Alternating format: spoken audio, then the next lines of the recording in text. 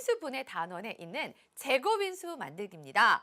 자, 그러면 이 유형을 공부하기 위해서 먼저 챙겨봐야 될 개념이 무엇인지 개념부터 알아보도록 할게요. 하나, 둘, 셋, 뿅!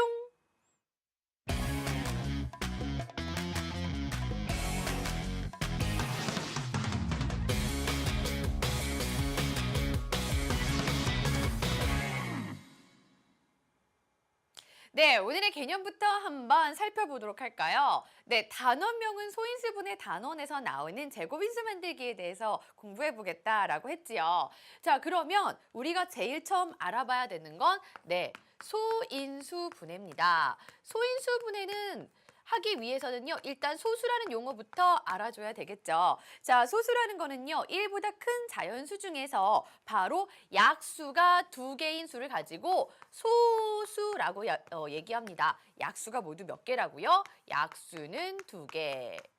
1보다 큰 자연수 중에서 얘기한 거죠. 자, 예를 들면 약수가 두 개인 수 어떤 수들이 있습니까? 네, 2, 3, 5, 7, 11, 13, 따이 등등등 이렇게 많은 소수를 우리가 먼저 살펴볼 수가 있는데요. 그중에 가장 우리가 주목해야 될 소수는 바로 2라는 소수가 되겠죠. 자, 2는요. 소수 중에서 가장 작은 수이기도 하고요. 뿐만 아니라 유일하게 짝수이기도 합니다. 자, 그럼 바로 이런 소수들을 이용해서 우리가 어떠한 수를요? 소수들만의 곱으로 나타낼 수 있는데 그걸 보고 바로 소인수 분해라고 합니다. 자, 그래서 우리가 소인수 분해하는 방법을 알아본다면 소인수 분해할 수 있는 다양한 방법들이 있어요. 그래서 가장 대표적으로 할 수 있는 게 바로 나눗셈을 이용하는 방법인데요. 예를 들어서 12를 소인수 분해하겠다. 그럼 12를 나눠줍니다. 어떤 수로 나눠주죠? 소수들로만 나눠줍니다. 2, 3, 5, 7, 11, 13 등등 이러한 소수로 나눠주는데요. 자, 나눠주고 나면 몫이 나오겠죠? 자, 이 몫은 소수가 아니에요. 언제까지 나눠야 하냐 하면 몫이 소수가 되는 그 순간까지 계속해서 나눠야 됩니다.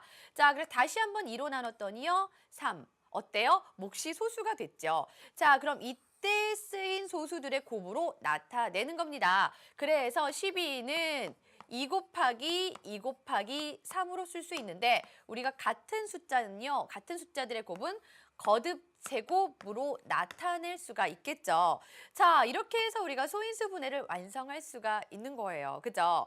자, 소인수 분해할 때 2로 먼저 나누던 3으로 먼저 나누던 나누는 순서는 상관은 없습니다. 어쨌든 결과는 똑같이 나올 거니까요. 자, 근데 여기서 주목해야 될 부분이 또 무엇이냐? 우리가 공부해야 될 제곱인수 만들기인데요. 어떤 수의 제곱이 된다. 소인수 분해하는데 어떤 수의 제곱이 된다라는 얘기를 할 때는요. 자, 일단 한번 살펴볼게요. 12에다 어떤 수를 곱해서 누군가의 제곱이 된다라는 얘기는요. 누군가의 제곱이란 말은 다시 말하면 똑같은 두 수의 곱으로 나타낼 수 있다는 얘기입니다. 자, 그러면 여기에 쓰인 소수들을 다 조사를 하는 거예요. 그리고 똑같은 두 수의 곱으로 나누려면 너도 하나 갖고 너도 하나 갖고 똑같이 나눠 가져야 한단 말이죠. 자, 그런데 우리가 언제든지 똑같은 두 개로 나눌 때는요. 예를 들어 생각해 보세요. 자, 엄마가 7개의 과자를 주고 동생과 나눠 먹으라고 하면 집안에 큰일이 벌어집니다. 그쵸? 자, 근데 10개를 주셨다. 그러면 훨씬 집안 분위기가 화기애애해집니다. 자, 바로 이 차이는 어디서 생기는 거예요? 짝수냐? 홀수냐에서 바로 이 차이가 생기는 거죠. 똑같이 둘로 나누는 데 있어서 홀수계이다. 그러면 똑같이 둘로 나누기가 좀 어려워지고요. 짝수계이면 훨씬 편안하게 나눌 수가 있겠죠. 자, 그래서 어떤 수의 제곱이 되게 만든다라는 건 이 안에 쓰는 소수들을 쭉 나열해 봤을 때 똑같이 둘로 나눠야 하기 때문에 짝수계가 들어있어야 된다. 따라서 이 안에서 우리가 살펴볼 수 있는 건 지수가 반드시 짝수여야겠다.